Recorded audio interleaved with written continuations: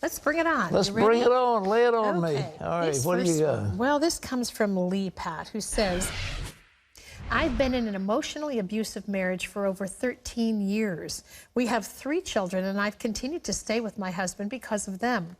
My husband seemed to be following Christ, but over the past few years, he's had affairs and become a very angry person. I've forgiven him for the affairs, and am trying to work things out with him. Things get better for a short season, but then quickly revert back to foul language and ugliness.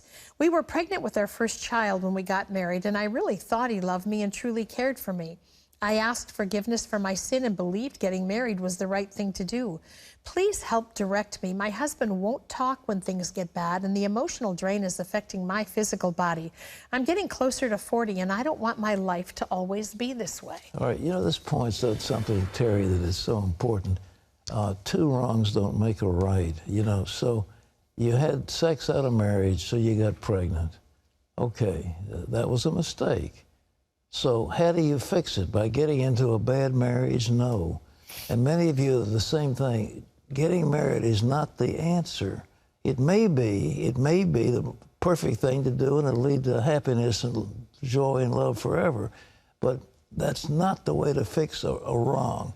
That was mistake number 1. Now you've been married for several years. Your husband has cheated on you. He's abusive. He's a nasty so-and-so, and your life is miserable. So what are you to do now? So you made a mistake, then you made a second mistake. How do you fix it?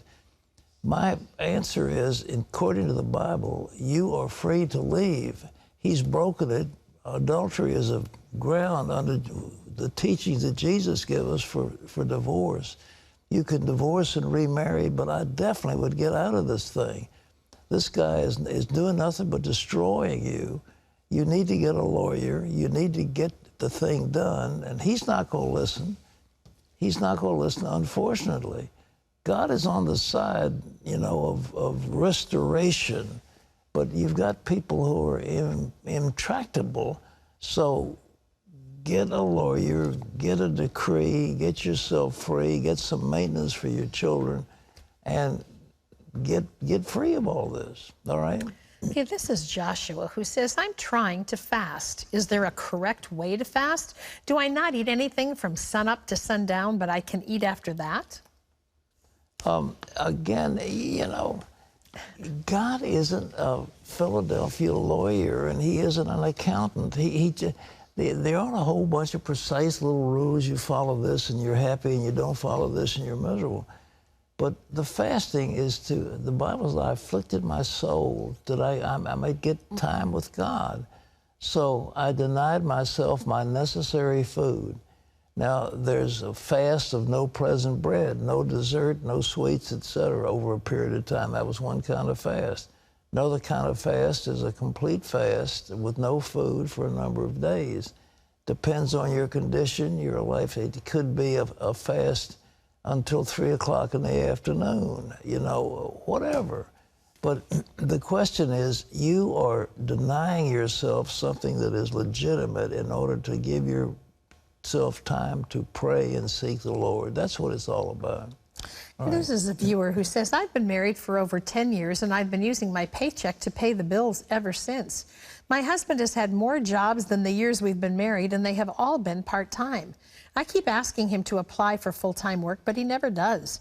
I often work long hours, and we tithe off of all my paychecks. I'm feeling run down, burned out, and depressed.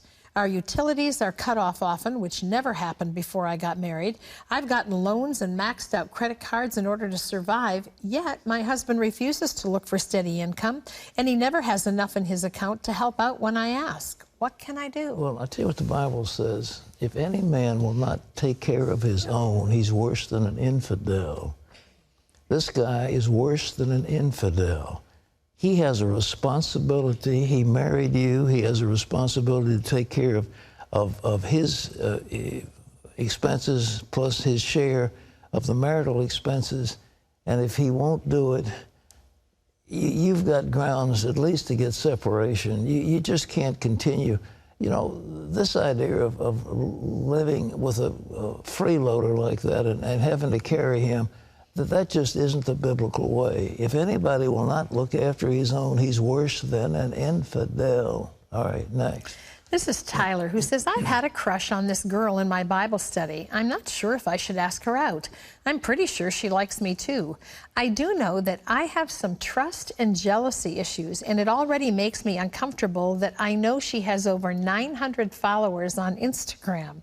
She talks to a lot of guys, and if she were with me, I might have to confront these guys.